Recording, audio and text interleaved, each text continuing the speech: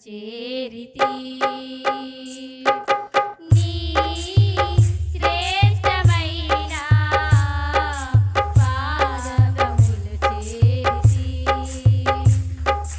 నా చింత మరచి నీ చింతకు చేరితి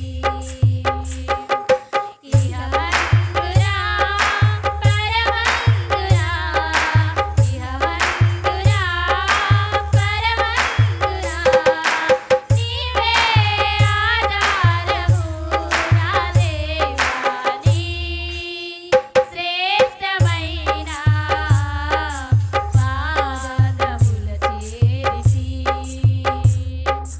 నా చింత మరచి నీ చింతకు చేరితి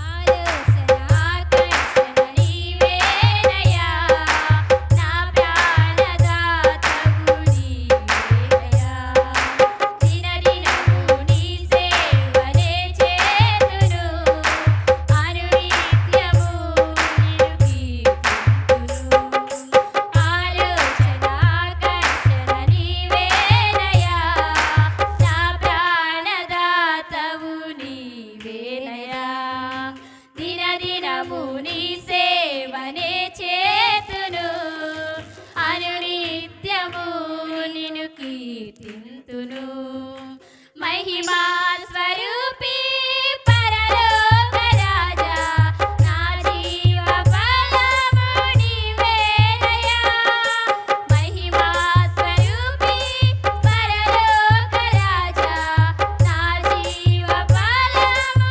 నీవేనయ్యా స్తోత్రం స్తోత్రం చెల్లింతునయా నీ శ్రేష్టమైన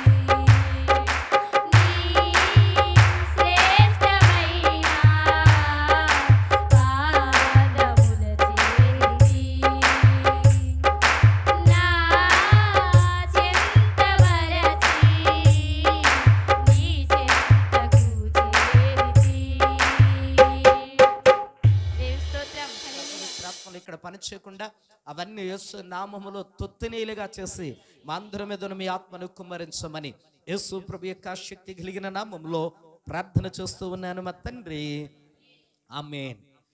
దేవుని పిల్లలరా, ఇప్పుడు మనం చదువుకున్నటువంటి వాక్యము అందరికీ కంటత వాక్యమే. ఈ వాక్యం తెలియని వాళ్ళు ఎవరైనా ఉంటారు బహుశా ఇక్కడ అనంటే క్రైస్తవుల్లోనే మ్యాక్సిమం ఎవరు ఉండరు. ఏమండి, అందరికీ తెలుసు. ఎందుకు ఈ వాక్యం అందరికీ తెలుసు అనంటే పిల్లరా, ఈ వాక్యము ఇక్కడ చూడండి ఏమని వ్రాయబడింది అనంటే, నన్ను ప్రేమించు వారిని ఆస్తికర్తలుగా చేయుదును, వారి నిధులను నింపుదును అని అన్నాడు. అసలు ఈ వాక్యము ఎంతమందికి ఇష్టం? అసలు ఈ వాక్యం అంటే ఎంతమందికి ఇష్టం? అసలు రోజు చదవమన్నా రోజుకి 100 సార్లు అయినా చదివేస్తాం. అసలు ఇంకే వాక్యం వద్దండి బాబు, ఈ వాక్యం ఉంటే సరిపోదు మాకు అని అనుకుంటా ఉంటాం కదండి. అసలు అంత ఇష్టమో మనకి? ఏంటి, ఎందుకని ఇష్టం? ఆస్తి కలిసి వస్తుంది కదా, ఆస్తి కన్న తండ్రి ఆస్తి అంతా మనకి ఇచ్చేస్తాను అంటున్నాడు. అందుకని చెప్పి మనకి వాక్యం అంటే మహా ఇష్టం. దేవుని బిడ్డలారా, ఎంత ఇష్టం అంటే రోజంతా పడుకునేటప్పుడు నిద్రపోయేటప్పుడు కూడా ఒకవేళ లేచిన సామెతల గ్రంథం 8వ అధ్యాయం 21వ వచనం, దానిని ప్రేమించిన వారిని దేవుడు ఆస్తికర్తలుగా చేస్తానన్నాడు, నా నిధులు నింపుతానన్నాడు అని చెప్పేస్తాం. దేవుని బిడ్డలారా, ఆలోచించండి, ఈ వాక్యం అంటే అంత ఇష్టం మనకి. పిల్లలు బాగా గమనించండి. అయితే మంచి విషయమే, దేవుని యొక్క పరిశుద్ధ లేఖనాల్లో దేవుడు చెప్పాడు అని అంటే ఖచ్చితంగా చేస్తాడనే దాని యొక్క అర్థం, చేస్తాడనే దాని అర్థం. మనం ఆయన చెప్పడంలో ఏ విధమైనటువంటి పొరపాటు లేదు. ఆయన చెప్పాడు కాబట్టి మనం అలాగున ఇష్టపడే ఆశపడటంలో కూడా ఏ విధమైనటువంటి పొరపాటు ఏమీ లేదు. ఎందుకనంటే ఆయన ఆస్తికర్తలుగా చేస్తానన్నాడు కాబట్టి మనకు ఆశ పుడుతుంది. ఏమండి, ఆశ పుడుతుంది. దేవుని బిడ్డలారా గమనించండి. సరే, ఇక్కడ దేవుడు అన్నాడు, నేను మిమ్ములను మీ కుటుంబాలను ఆశీర్వదిస్తాను, మిమ్ములను ఆస్తికర్తలుగా చేస్తాను, మీ నిధులు ఏవైతే ఉన్నాయో ఆ నిధులను కూడా నిన్ను నింపుతాను అని చెప్పాడు. పిల్లరా, చాలా మంచి విషయం అండి. ఇది ఎంత గొప్ప వాగ్దానం అని అంటే అసలు చాలా గొప్ప వాగ్దానం. ఇది పొందుకోవాలని అందరికీ ఆతృత ఉంటుంది, ఇది పొందుకోవాలని చాలా మందికి ఆశ ఉంటుంది. పిల్లరా, మరి ఇది పొందుకోవాలని అంటే మనం కొన్ని పద్ధతులను పాటించాలి. ఏంటి ఆ పద్ధతులు అనేటువంటివి మనం ఆలోచన చేస్తే యేసు ప్రభు చాలా నీట్ అండ్ క్లీన్గా చెప్తున్నాడు. ఇక్కడ భక్తుడైనటువంటి ఈ గ్రంథకర్త, ఈ సామెతల గ్రంథకర్త కూడా చాలా నీట్ అండ్ క్లీన్గా చెప్తున్నాడు. ఏంటి అని అంటే దేవుణ్ణి ప్రేమించటం. దేవునికి స్తోత్రం. మొట్టమొదటిగా ఇవి మన సొంతం అవ్వాలంటే మనం చేయాల్సిన పని ఏంటండి? దేవుణ్ణి ప్రేమించటం. దేవుని బిడ్డలారా బాగా గమనించండి, దేవుణ్ణి ప్రేమించటం. అయితే దేవుణ్ణి ప్రేమించటం అనేటువంటిది అది చాలా కష్టంతో కూడుకున్నటువంటి విషయం. అది అంత సులువైనటువంటి పని అయితే మాత్రము కాదు, అది చాలా కష్టంతో కూడుకున్నటువంటి ప్రయత్నం. దేవుని బిడ్డలారా, ఇప్పుడు మనము ప్రేమిస్తూ ఉంటాం, లోకంలో ఉండేటువంటి మనుషులను ప్రేమిస్తూ ఉంటాం, లోకంలో ఉండే వస్తువులను ప్రేమిస్తూ ఉంటాం, లోకంలో ఉండేటువంటి కొన్ని కార్యకలాపాలను ప్రేమిస్తూ ఉంటాం. ఏమండి, అక్కడ ఏదో జరుగుతుంది, అది నాకు చాలా ఇష్టం రా బాబు అని అంటాం. ఏదన్నా ఉల్లిపాయ పాట వచ్చింది, అయ్య బాబు నాకు ఎంత ఇష్టమో, నా ఫేవరెట్ పాట అది అంటూ ఉంటాం. దేవుని బిడ్డలారా, ఏదైనా సినిమా వచ్చింది అనుకోండి, అయ్య బాబు ఎంత ఇష్టమో తెలుసా నాకు, దానికోసం దెబ్బలు కూడా తిన్నాను రా బాబు, ఆ బుకింగ్లో సొక్కయి కూడా చిరిగిపోయింది అని అంటూ ఉంటాం. దేవుని బిడ్డలారా, పలానా సెల్ ఫోన్, అయ్య బాబా సెల్ ఫోనా, వాళ్ళ గతంలో వాడినప్పుడు ఎంత బాగుందో తెలుసా, ఇప్పుడు డబ్బులు ఉండాలి కానీ నేను అదే కొనుక్కోవాలనుకోండి, ఎంత ఇష్టమో అని అన్నాం. దేవుని బిడ్డలారా, బంగారం రేటు దిగిందని, అమ్మో నాకు ఎంత ఇష్టమో, వెండి రేటు తగ్గిందంట, అమ్మో నాకు ఎంత ఇష్టమో.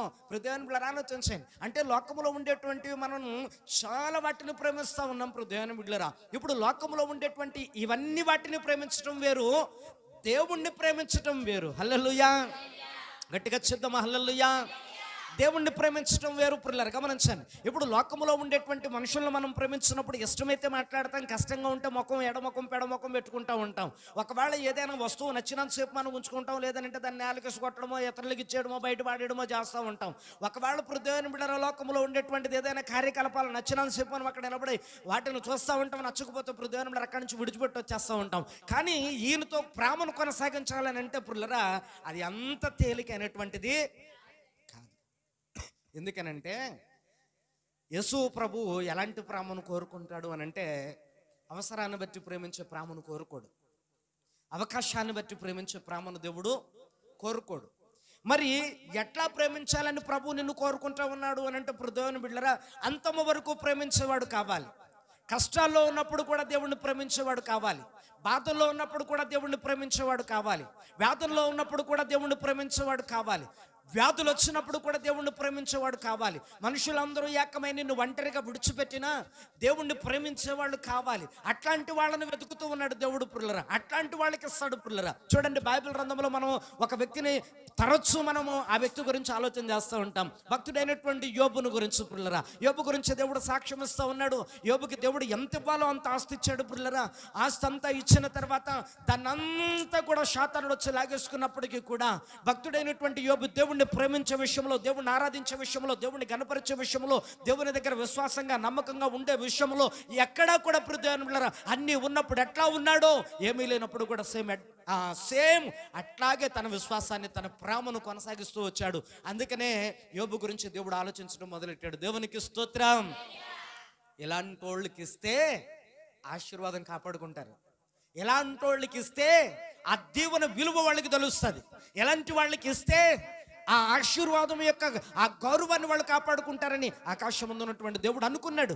అందుకని ఇప్పుడు దేవుని బిడ్డలారా, భక్తుడైనటువంటి యోబు గురించి ఆలోచన చేసి మరలా పోగొట్టుకున్న దానికంటే రెండంతలుగా తిరిగి మరలా దేవుడు ఆ యోబుకు పంపించేస్తాడు ఇప్పుడు దేవుని బిడ్డలారా. కాబట్టి ఇక్కడ రాత్రి వేళ దేవుని యొక్క వాక్యంలో దేవుడు ఏమని చెప్తున్నాడు మనతో అంటే, ఇస్తాను, ఆస్తికర్తలుగా చేస్తాను, మీకు ఏమేం కావాలో అవన్నీ ఇస్తాను, మీ నిధులను నింపుతాను, మీ అవసరాలు తీరుస్తాను, మీ సమస్యలకు పరిష్కారాన్ని చూపిస్తాను, మీకు వచ్చిన కష్టాలకి నేను తోడుగా ఉంటాను, మీకున్నటువంటి అనేకమైన చిక్కు సమస్యలకి నేను పరిష్కారాన్ని ఏర్పాటు చేస్తాను, ఆలోచన చెప్పి వెన్ను తట్టి ఇదిగో నేను నీకు ధైర్యాన్ని ఇచ్చి చేయి పెట్టి నడిపించడానికి నేను సిద్ధం.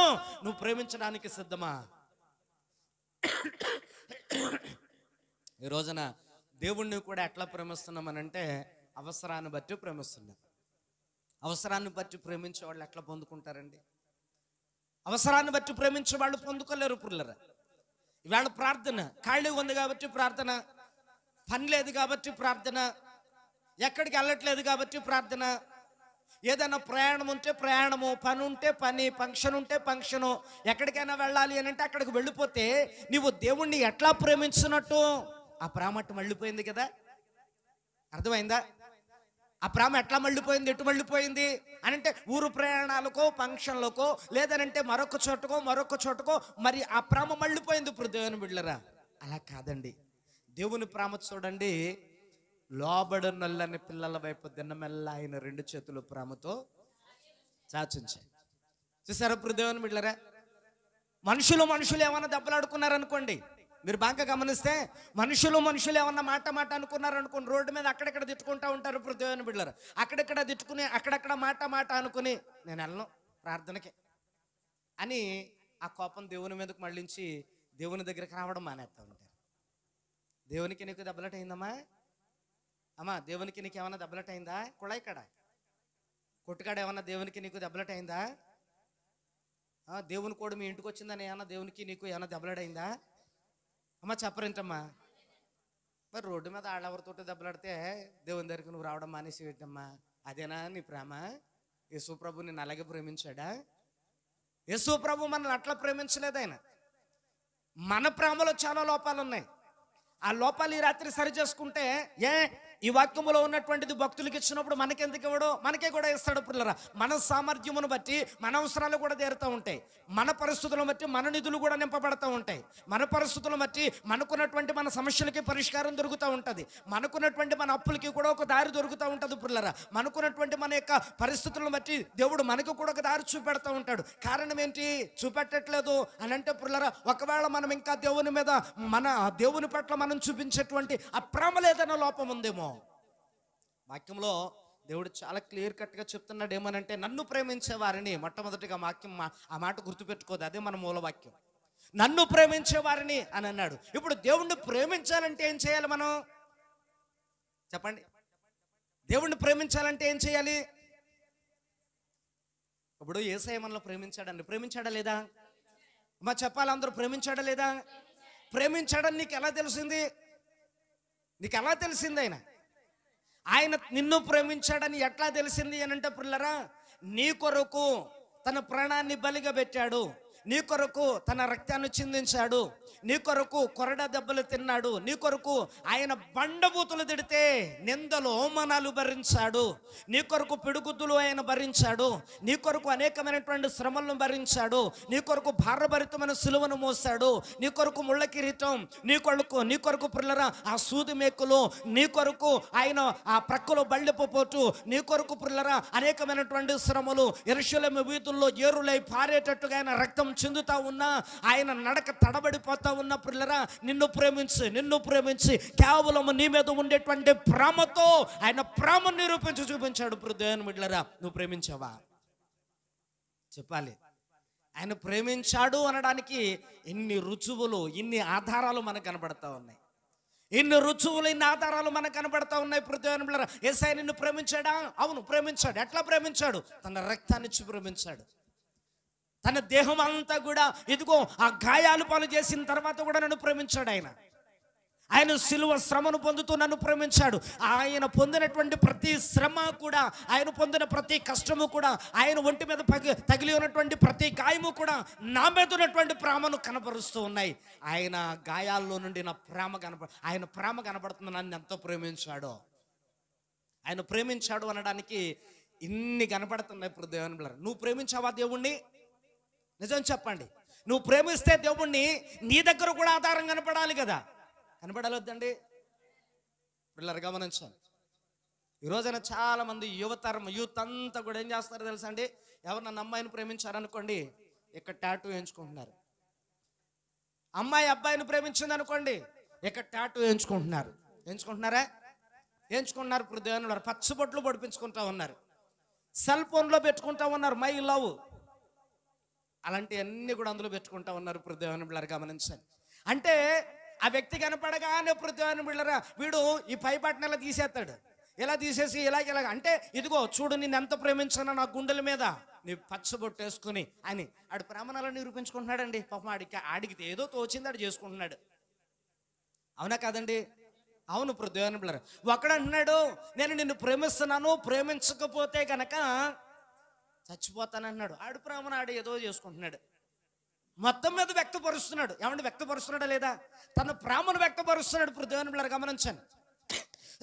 ఒక తల్లి ఒక బిడ్డ మీద ప్రేమను వ్యక్తపరుస్తూ ఉంటుంది. ఇప్పుడు దేవుని బిడ్డలారా, ఒరే బాబు తినరా, తినపోతే ఆకలితో నువ్వు బక్క సిగ్గిపోతావురా, నీరసించిపోతావురా, ఎలాగైపోతావు బాబా తినరా బాబు అని చెప్పి ఆ కంచం పట్టుకుని వెనకాల తిరుగుతూ ఆ మాటలు ఈ మాటలు చెప్తూ, లాలిపాటలు పాడుతూ, చందమామ కథలు చెప్తూ, దేవుని బిడ్డలారా నువ్వు తినకపోతే భూసోడు వచ్చేస్తాడని భయపెడుతూనైనా సరే ఆ తల్లి ఆ బిడ్డకు ఆహారాన్ని పెడుతూ, దేవుని బిడ్డలారా ఆ తల్లి కూడా ఆ బిడ్డ మీద ఉన్నటువంటి ప్రేమను కనపరుస్తూ ఉంది. పిల్లరా నిరూపించుకుంటా ఉంది. మీకు అర్థమవుతుందండి? బాగా గమనించండి పిల్లరా, గమనించండి. ఒక భర్త తన భార్య మీద తన ప్రేమను వ్యక్తపరుస్తూ ఉన్నాడు. నీకేది ఇష్టమో చెప్పు, పూరి అంటే ఇష్టం కదా అందుకే తెచ్చాను నీకు అంటున్నాడు పుల్లర. ఏమండి? అవునా కదండి? అవును పుల్లర. గమనించండి. కారణం ఏంటి అంటే ఎవరి మీద ఉండేటువంటి ప్రేమను ఎలా వ్యక్తపరచాలో వాళ్ళ పద్ధతుల ప్రకారంగా వాళ్ళ ప్రేమలను వ్యక్తపరుస్తున్నారు. మీకు అర్థమవుతుందా వాక్యము? క్లియర్గా ఉందా వాక్యము? అంటే మనము దేవుని బిడ్డలారా దేని మీదైనా ఒకవేళ ప్రేమను పెంచుకుంటే, ఎవరి మీద అయినా ఒకవేళ ప్రేమను పెంచుకుంటే, చూడండి దేవుని బిడ్డలారా, ఇప్పుడు ఆ సెల్ ఫోన్ మీద నాకు ప్రేమ ఎక్కువ, కొన్నాను 2 రోజులు అయింది, ఎవరిని ముట్టుకోనివ్వను. జారిపోతురో గట్టిగా పట్టుకో, ఆడి చేతులు లేవా పట్టుకోవా, పక్షవాతం వచ్చేసి వదిలేస్తున్నాడు ఇటు చేతులు, ఆడు పట్టుకుంటాడు గట్టిగానే. అంటే మనకి ఆడు కింద పడతాడేమని భయం, ఫోన్ పగిలిపోద్దేమని భయం. అంటే ఫోన్ మీద గొప్ప ప్రేమ అన్నమాట. ఇప్పుడు దేవుని బిడ్డలారా గమనించాను. ఏదైనా ఒకవేళ డబ్బు బంగారం ఏదైనా లాకర్లో పెట్టి లోపల ఇట్టి అక్కడ సీక్రెట్ ప్లేస్ ఉంది కదా అక్కడ ఇట్టే, పిల్లలకు కూడా చూపించుకో ఆడిట్టే అని అంటూ ఉంటాం. ఎందుకని?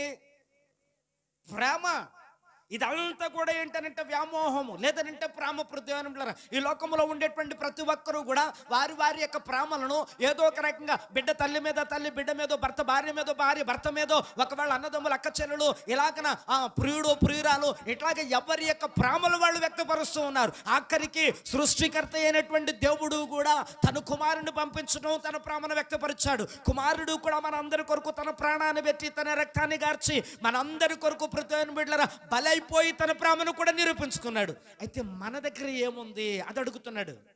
ఖాళీయా? అమ్మా సమాధానం లేదేటి? మీకు వాక్యం అర్థమవుతుందా లేదా? నాకేం అర్థం అవట్లేదు.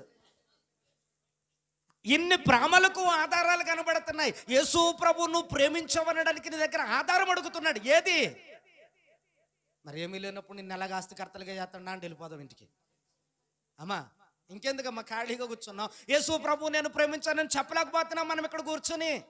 అయ్యా నేను యేసు ప్రభువుని ప్రేమిస్తున్నాను, యేసు ప్రభు అంటే నాకు చాలా ఇష్టం, ఆయన నా కన్న తండ్రి, నన్ను రక్తమిచ్చి కొన్న తండ్రి, ఆయన నన్ను కాపాడిన నా తండ్రి అని చెప్పలేకపోతున్నాం. ఆ ధైర్యం మన గుండెల్లో రావట్లేదు పిల్లలు.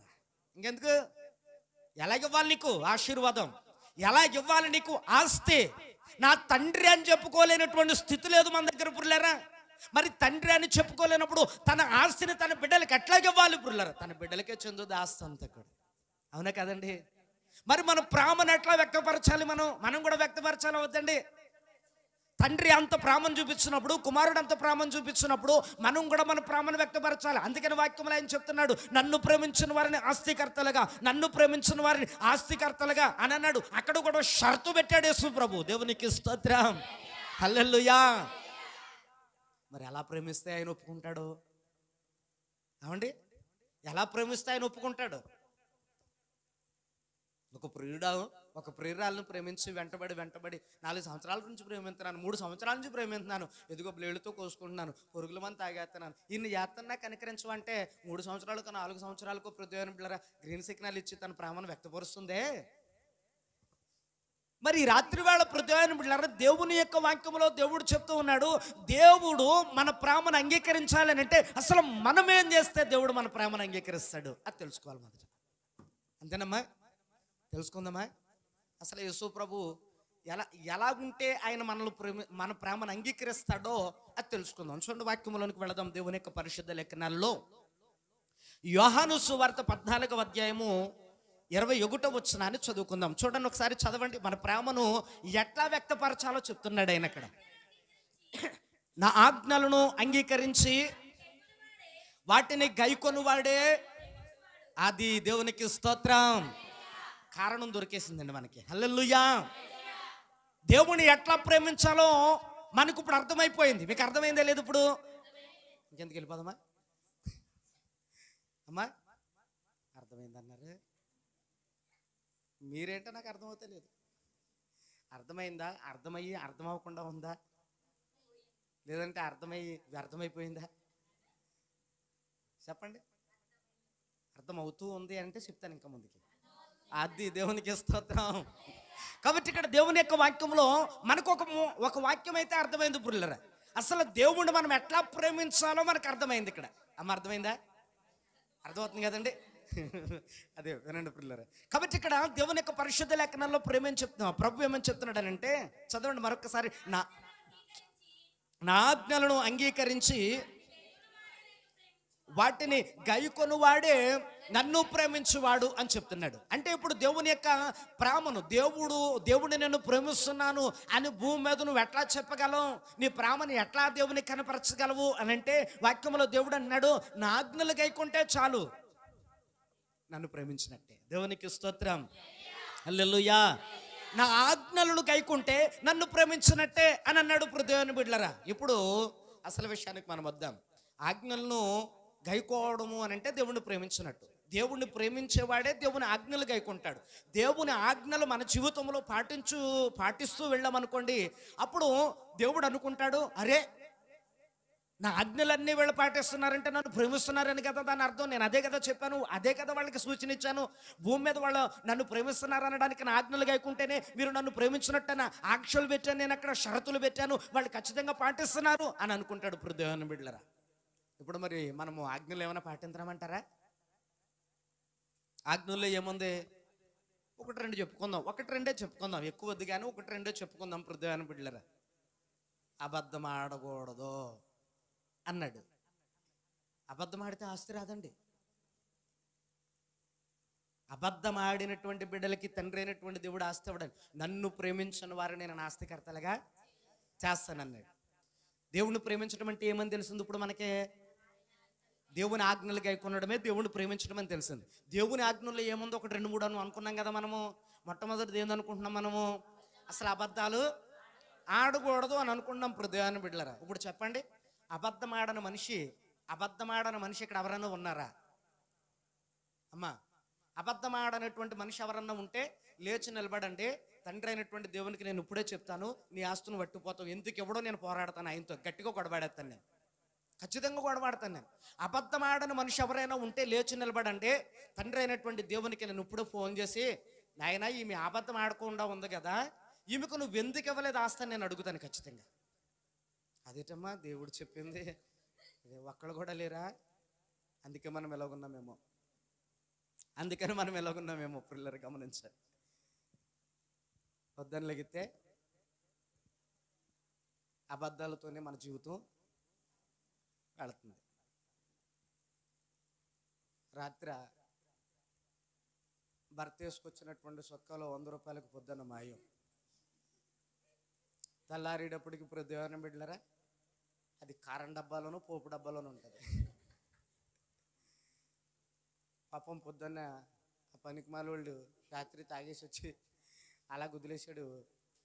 పాపం ఏ పనికి మాలిని దాచేసిందో కారం డబ్బాలో దాచేసింది. పొద్దున్న జోబులో 100 రూపాయలు ఉండాలి. వెతుకుంటే ధైర్యంగా వెళ్ళి భార్యను అడగలేడు, రాత్రి తాగొచ్చాడు కదా. ఒకవేళ ఇల్లు అడిగాడు అనుకో, ఏమో తాగేసి ఎవడికి ఇచ్చేసి వచ్చావో ఎవడికి తెలిసినా నువ్వు దొంగ అంటదేమో అని భయం. వాస్తవంగా మాట్లాడుకుందాం, నిజాలు మనమే కదటండి. అలాగంటదో పృథ్వీ బిడ్డలరా, కిచెన్ నుంచి ఏమైనా ఇసిరేస్తుందో. పిల్లలు గమనించండి. అందరిని అడుగుతాడు, భార్య దగ్గరికి వెళ్ళి అడగడం, పిల్లోడిని అడుగుతాడు, మరి నువ్వేమన్నా తీసావా? ఒకవేళ నిజంగా ఆడు తీసేసిన సిరుగుపోన్న ఎక్కడ జోబులు పెట్టుకుని వెళ్ళిపోతాడు ఆడు.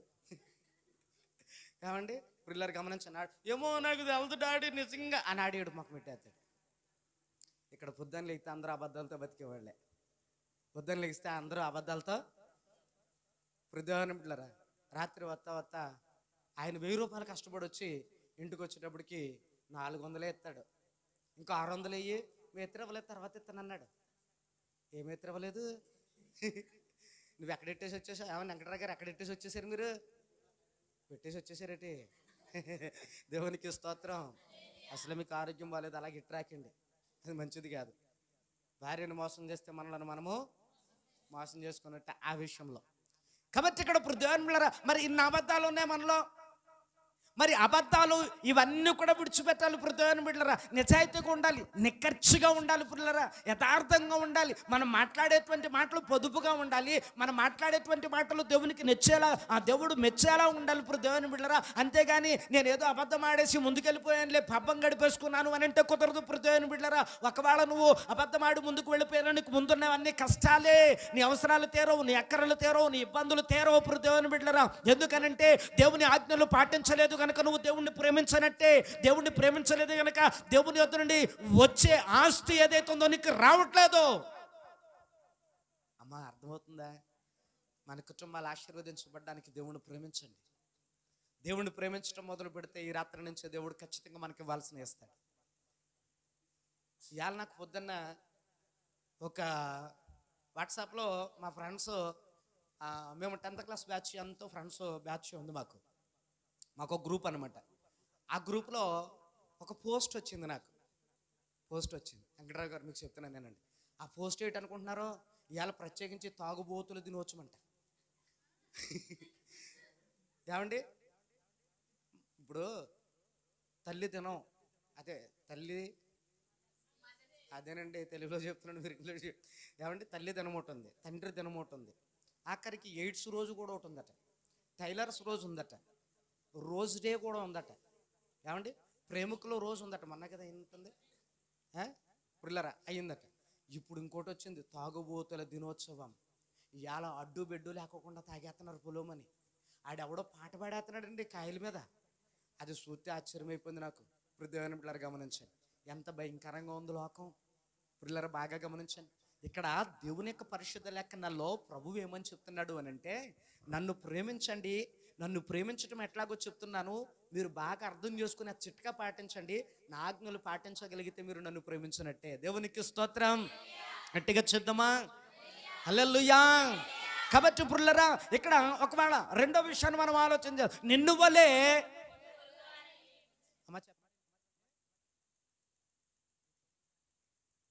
ప్రేమించమన్నాడు. నిన్ను వల్ల నీ పొరుగు వారిని ప్రేమించు అని అన్నాడు. ఇప్పుడు దేవుని బిడ్డలరా, పొరుగు అంటే ఎవరండి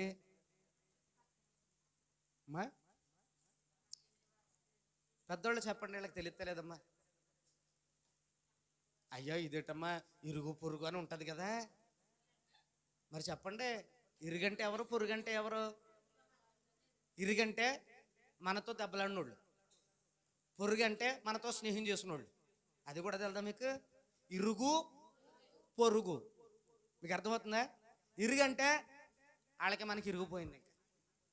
ఇంకా అర్థమవుతుందా? అనేసం వాళ్ళతో ఇరిగిపోయింది. ఇంకా పొరుగంటే భుజాలు రాసేసుకుని కలిపేసుకున్నాం మనం.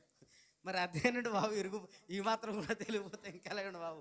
పొద్దున్న డోకుడి గింజి అదే అన్నం ఒక్కొక్క మెతికన్నా కొంచెం గింజి అలా ఉంది ఇప్పుడు మీతో చెప్పడానికి. దేవునికి స్తోత్రం. ఇరుగు పొరుగు అనేది తెలుసా మీకు? చెప్పండి. ఇరుగంటే ఏంటి? మీరు నవ్వకుండా చెప్పండి బాబు. ఇరుగంటే అది ఇరుగంటే, పొరుగంటే అది పొరుగంటే, అది ఇరుగు పొరుగు అంటారు. దేవునికి స్తోత్రం. గట్టిగా చెప్తాం హల్లెలూయా. ఇప్పుడు ఇరుగు పొరుగు ఉంటారు కదండి మనకి. దేవుడు ఎవరిని ప్రేమించమన్నాడు? పొరుగువారిని, ఇరుగువారిని కాదు. పొరుగువారిని ప్రేమించాలి, ఇరుగువారు కొరకు ప్రార్థించాలి. ఏం చేయాలండి? నీ శత్రువుల కొరకు నువ్వు ఉందండి వాక్యంలో. ఇవన్నీ సామెతలు ఏవో ఉరుకున పుట్టిన అనుకుంటున్నారు. ఇరుగు పొరుగు అంటే సామెత అనుకుంటున్నారు మీరు. నేను చెప్పింది పచ్చి నిజం. ఏమండి? మీరు అనుకోవచ్చు, పాస్టర్ గారికి ఇవన్నీ ఎప్పుడో పుట్టి ఉంటాడు ఈయన అనుకోవచ్చు. ఇప్పుడు దేవుని బిడ్డ ఎప్పుడో పుడితే తెలిసేవి కాదు, చదువుకుంటే తెలిసేవి, జ్ఞానంగా నేర్చుకుంటే తెలిసేవి. కాబట్టి ఇప్పుడు దేవుని బిడ్డ, కాబట్టి ఇక్కడ దేవుని యొక్క పరిశుద్ధ లేఖనాల్లో ప్రభు నీ పొరుగు వారిని ప్రేమించు అన్నాడు. ఇప్పుడు దేవుని బిడ్డలారా, పొరుగు వారిని ఎవరినో పెద్దగా ప్రేమించక్కర్లేదు. ఇప్పుడు దేవుని బిడ్డలారా, ఏమండి? ఇంట్లో నాడింగా నీ భర్తను ప్రేమిస్తే చాలు, నాడింగా నీ భార్యను ప్రేమిస్తే చాలు, నాడింగా నిజాయితీగా నీ బిడ్డల పట్ల నిజాయితీగా వాళ్ళను ప్రేమిస్తే చాలు. నీ ఇంట్లో ఉండేటువంటి నీ తల్లిని తల్లిలాగే, హృదయాన్ని బిడ్డలారా, నీకు మా బిడ్డనిచ్చినటువంటి అత్తను, హృదయాన్ని బిడ్డలారా, వాళ్ళను కూడా అట్లా ప్రేమిస్తే చాలు. హృదయాన్ని బిడ్డలారా, ఈ ప్రేమను ఇంట్లో వాళ్ళ మీద పంచితే చాలు, ఆటోమేటిక్గా బయట వాళ్ళ మీద కూడా పంచడం అలవాటు అయిపోద్ది. దేవునికి స్తోత్రం. హల్లెలూయా.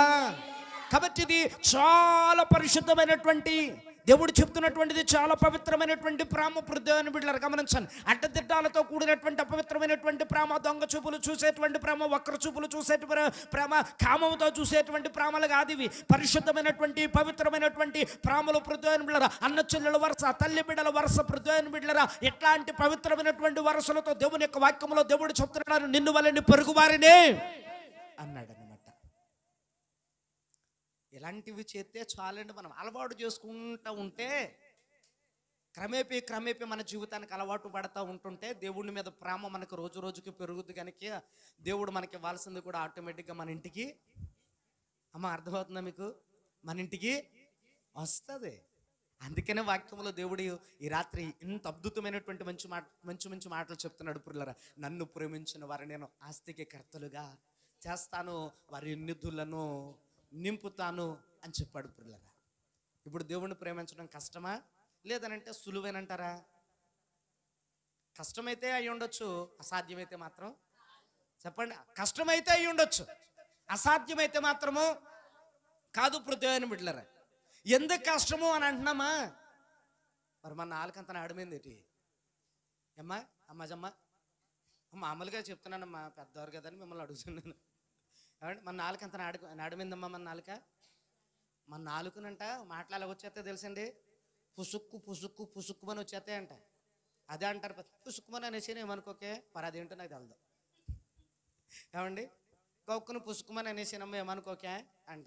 పుసుక్కుమని అనేసావా, పుసుకొళ్ళు వేసుకుని నువ్వునే అనేమో మనం మనసులో తిట్టుకుంటూ ఉంటాం. నిజమండి ఇప్పుడు దేవుని బిడ్డలారా, ఎందుకో తెలుసండి, మన నాలుగు కలక అలవాటు అయిపోయింది. పిల్లలారా పుసుకు పుసుకు మాట్లాడేస్తాం.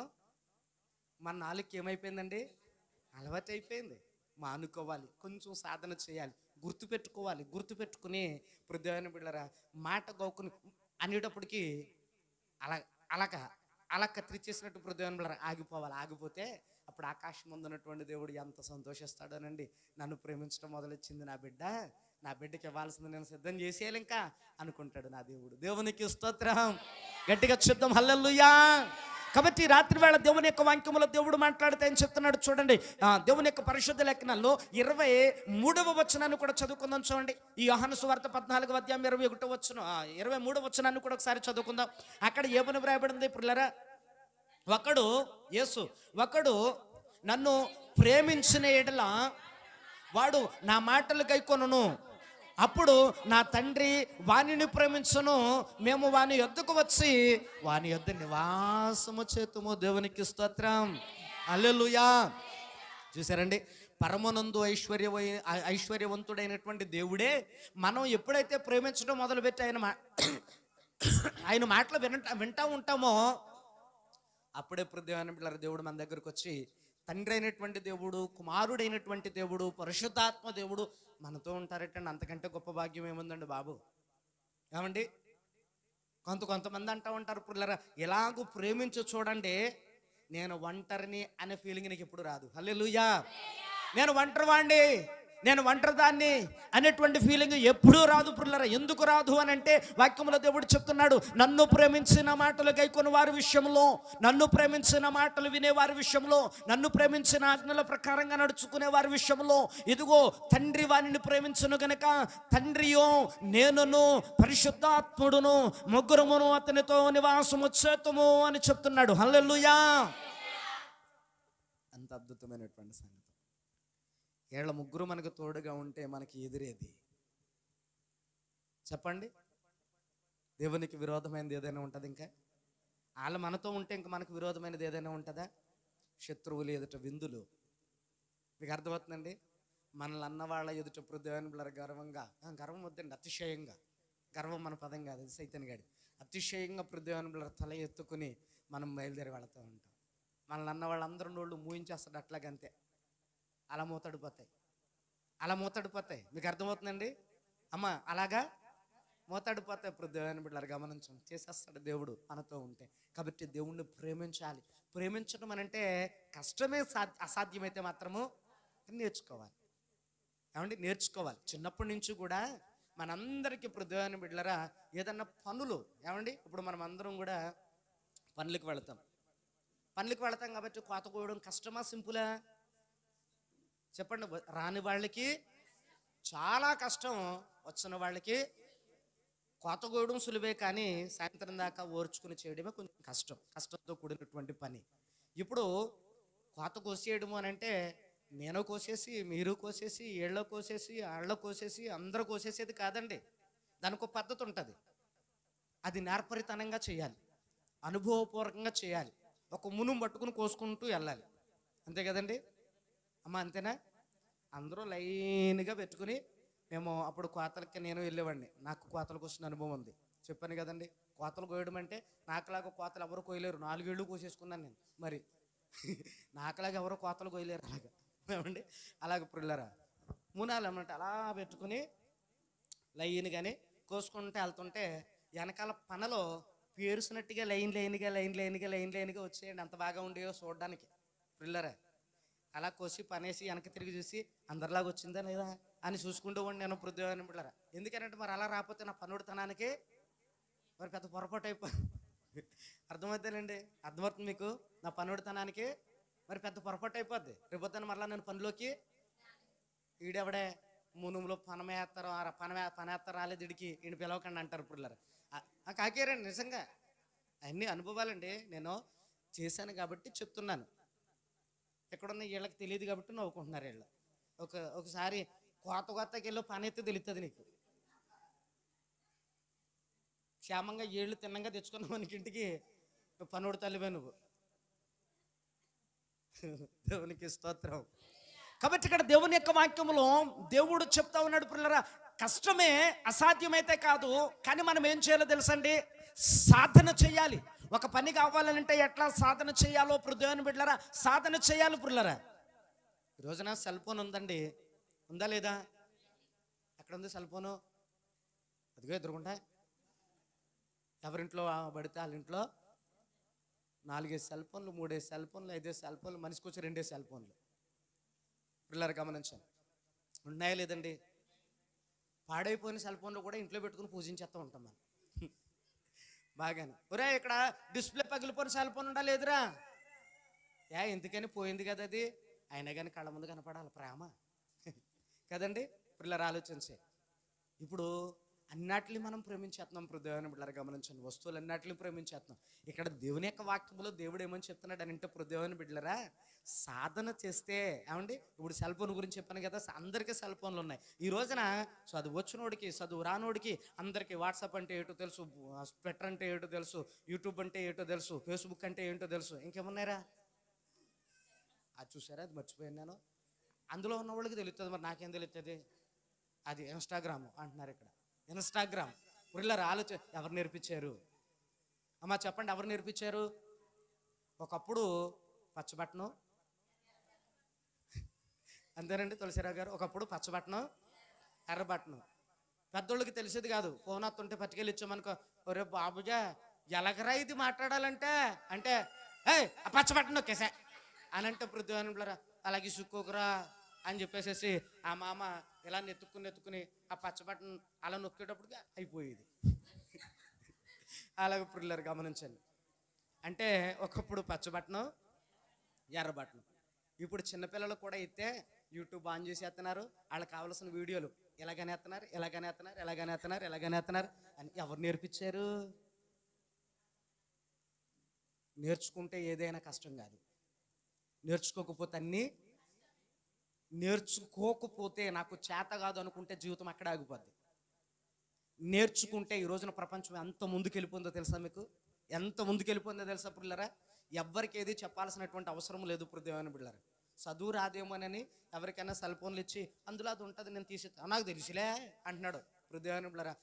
నోట్లో ఇంత సొట్టెట్టుకున్న వాడు కూడా ఏమండి అవుతున్నారేటండి, నోట్లో ఇంత సొట్టెట్టుకున్న వాడు కూడా ఇంత సెల్ ఫోనే కావాలా? ఆడికి అన్నీ తెలిసిపోతున్నాయి దేవుని బిడ్డలారా. సంతకం చెయ్యి అంటే వీళ్ళు ముద్రేస్తానండి బాబా అంటాడు. ఎందుకని? కానీ సెల్ ఫోన్లు అన్నీ గుర్తుపెట్టేసుకుంటున్నాడు, నేర్చేసుకున్నాడు, కష్టపడ్డాడు. దేవుని బిడ్డలారా సులువైపోయింది ఇప్పుడు సెల్ ఫోన్ అంటే. ఈ రోజున దేవుని యొక్క వాక్యంలో దేవుడు చెప్తున్నాడు పిల్లరా, ఈ నాట్ల మీద సాధనం చేసేసి అవన్నీ నేర్చేసుకుంటున్నామే, వాక్యం మీద సాధనం చేసి నేర్చుకుంటే ఈ ఆస్తి అంతా నీకు వచ్చి తీరదు నీ ఇంటికి. దేవునికి స్తోత్రం. ఆశీర్వాదాలు ఎక్కడెక్కడో లేవు, మోకాళ్ళ మీద ఏవో పులోమని ఏవో చేసేస్తే రావు. దేవుని బిడ్డలారా ఉన్నది చేస్తే వస్తుంది. హల్లెలూయా. కాబట్టి దేవుని యొక్క వాక్యంలో దేవుడు చాలా అద్భుతంగా ఈ రాత్రి మనకి కొన్ని పాఠాలు చెప్తా ఉన్నాడు పిల్లరా, మనం నేర్చుకోవాలి. దేవుని యొక్క వాక్యంలో దేవుడు అదే కదా చెప్తా ఉన్నాడు. ఇప్పుడు దేవుని చూడండి, మరొక విషయాన్ని మనం చదువుకోగలిగితే ఆఖరిగా దేవుని యొక్క పరిశుద్ధ లేఖనాల్లో బైబిల్ గ్రంథంలో చూడండి ఒక మాట మనం చదువుకుందాం పిల్లరా. ఎట్లాగో దేవుడు మనల్ని ఆశీర్వదించి గొప్ప చేస్తాడో 2వ రాజుల గ్రంథం 18వ అధ్యాయము 6-7 వచనాలు ఒకసారి మనం చదువుకుందాం పిల్లరా. 2వ రాజుల గ్రంథం 18వ అధ్యాయంలోనికి రండి.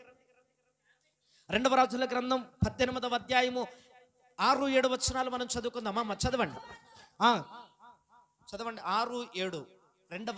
రెండవ రాజుల గ్రంథం 18వ అధ్యాయం 6-7 వచనాలు.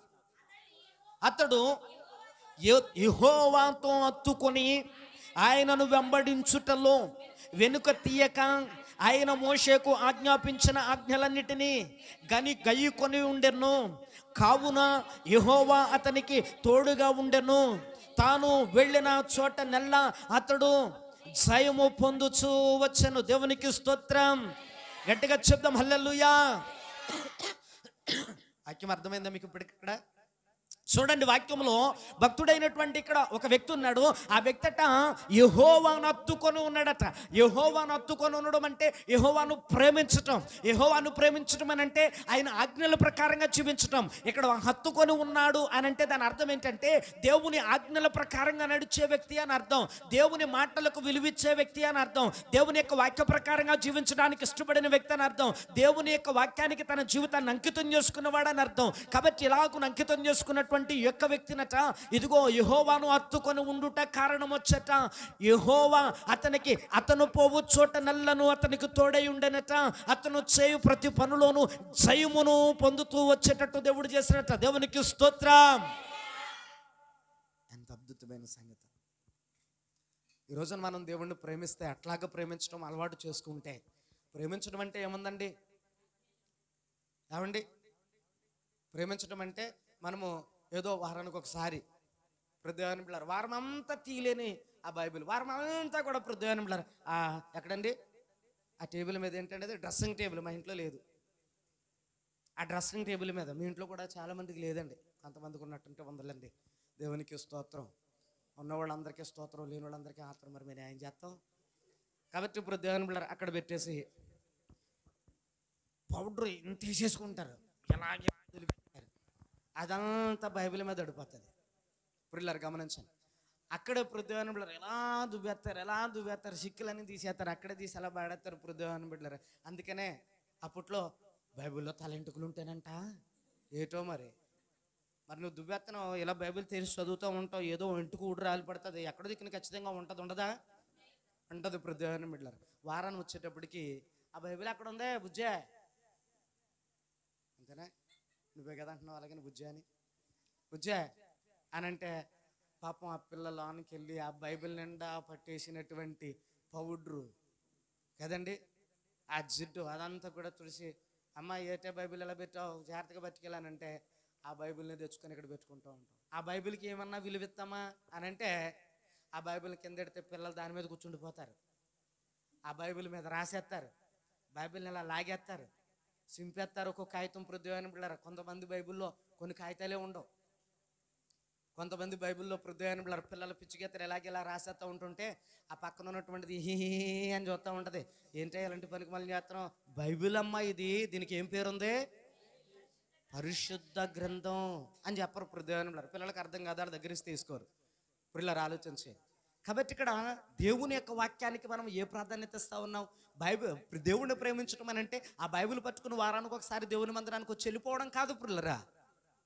ఆ బైబిల్లో ఉన్నది నీ జీవితంలో అలవాటు చేసుకోవడం. అందుకనే వారం ప్రార్థన కదండి, అలవాటు చేసుకోవడం. అమ్మ అర్థమవుతుంది అందరికీ?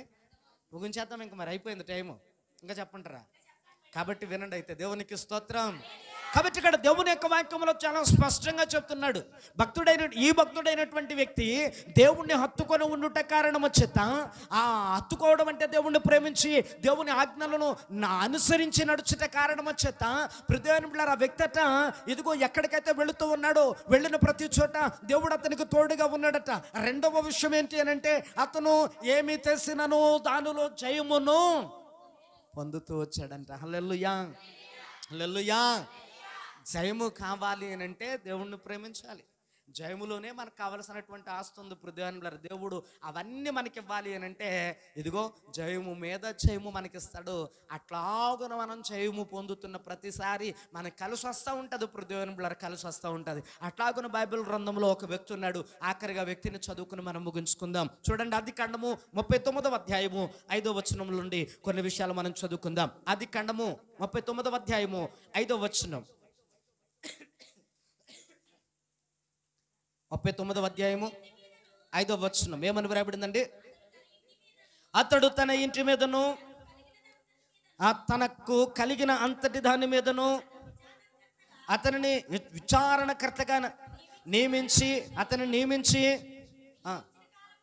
ఆ నియమించిన కాలము మొదలుకొని యెహోవా, చూడండి బాగానే, యోసేపు నిమిత్తము ఆ ఐగుప్తీయుని ఇంటిని ఆశీర్వదించెను. ఇక్కడి నుంచి బాగా చదవండి. యెహోవా ఆశీర్వాదము ఇంటిలోనేమి పొలములోనేమి అతనికి కలిగిన సమస్తము మీదను ఉండెను. దేవునికి స్తోత్రం. గట్టిగా శబ్దం హల్లెలూయా.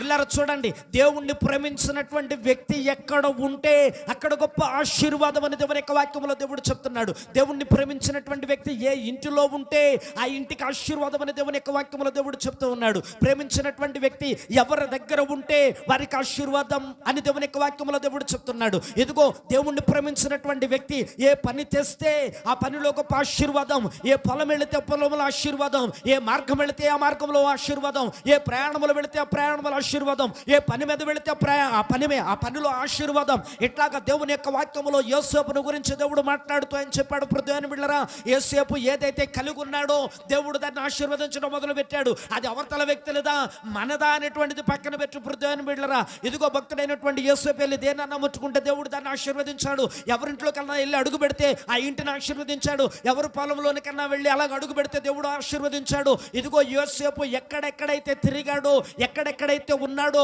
ఎక్కడెక్కడైతే పని చేశాడో, ఎవరింటిలో అయితే పని చేశాడో, ఏ ప్రాంతంలో అయితే ఉన్నాడో అన్ని చోట్ల గొప్ప ఆశీర్వాదం లోకమంతా గమనించింది. ప్రభువైన బిడ్డలారా, యోసేపు ఆశీర్వాదం ప్రతి చోట ఉంది. హల్లెలూయా. దేవుని యొక్క వాక్యాలు ఎంత బాగుంటాయో వింటే కదండి. దేవుని యొక్క వాక్యాలు ఎంత బాగుంటాయో వింటే, అదే బ్రతుకులో అనుభవిస్తూ ఉంటే ఎంతెంత బాగుంటుందో మన బతుకు.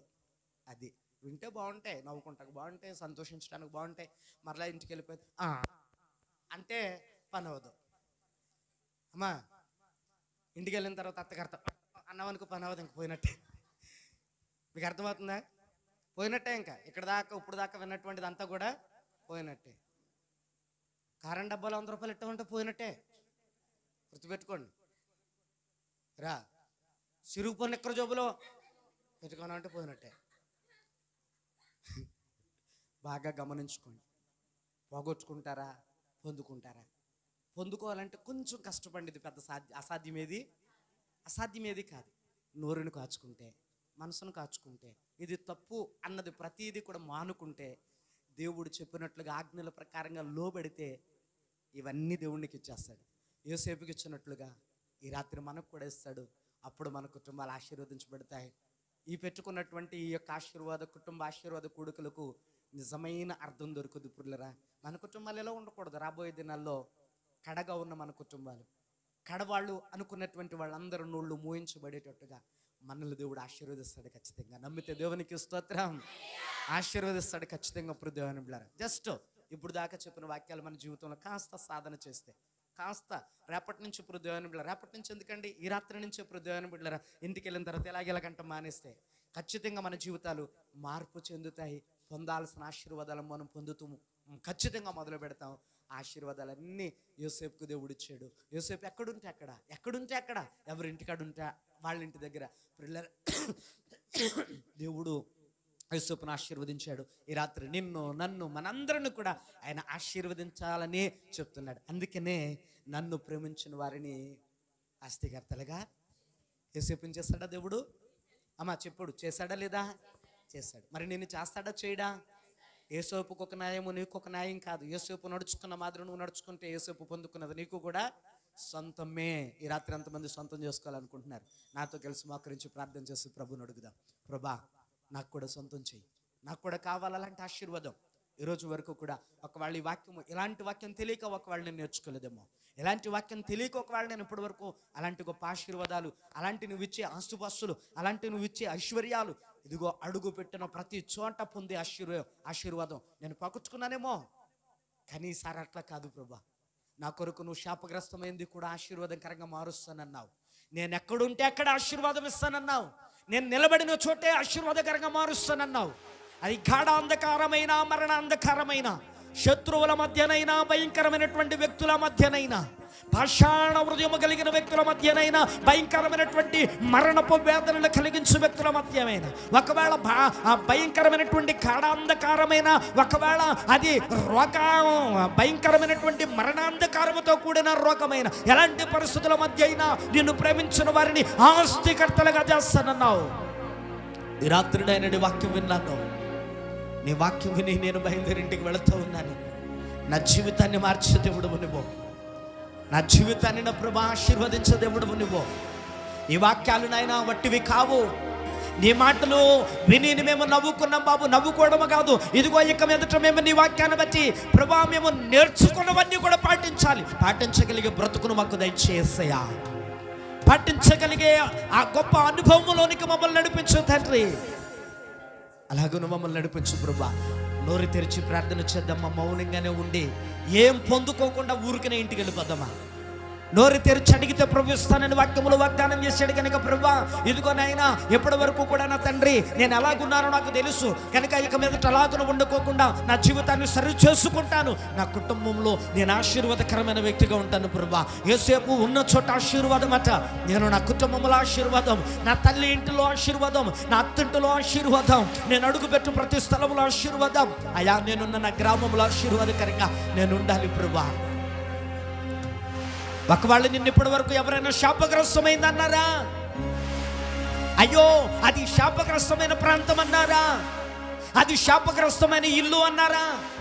దాని పాదం శాపగ్రస్తమైన పాదం అన్నారా? ఈ రాత్రి చూడు, దేవుడు నీ బ్రతుకునెట్లా మారుస్తాడో, నీ జీవితాన్ని చూడేసు ప్రభు రాత్రి ఎట్లా మారుస్తాడో. ఒక్క అవకాశం యేసయ్యకి. యేసయ్యను ప్రేమించడం మొదలుపెట్టి ఈ రాత్రి నుంచే, యేసయ్యను ప్రేమించడం మొదలుపెట్టి ఈ రాత్రి నుంచే.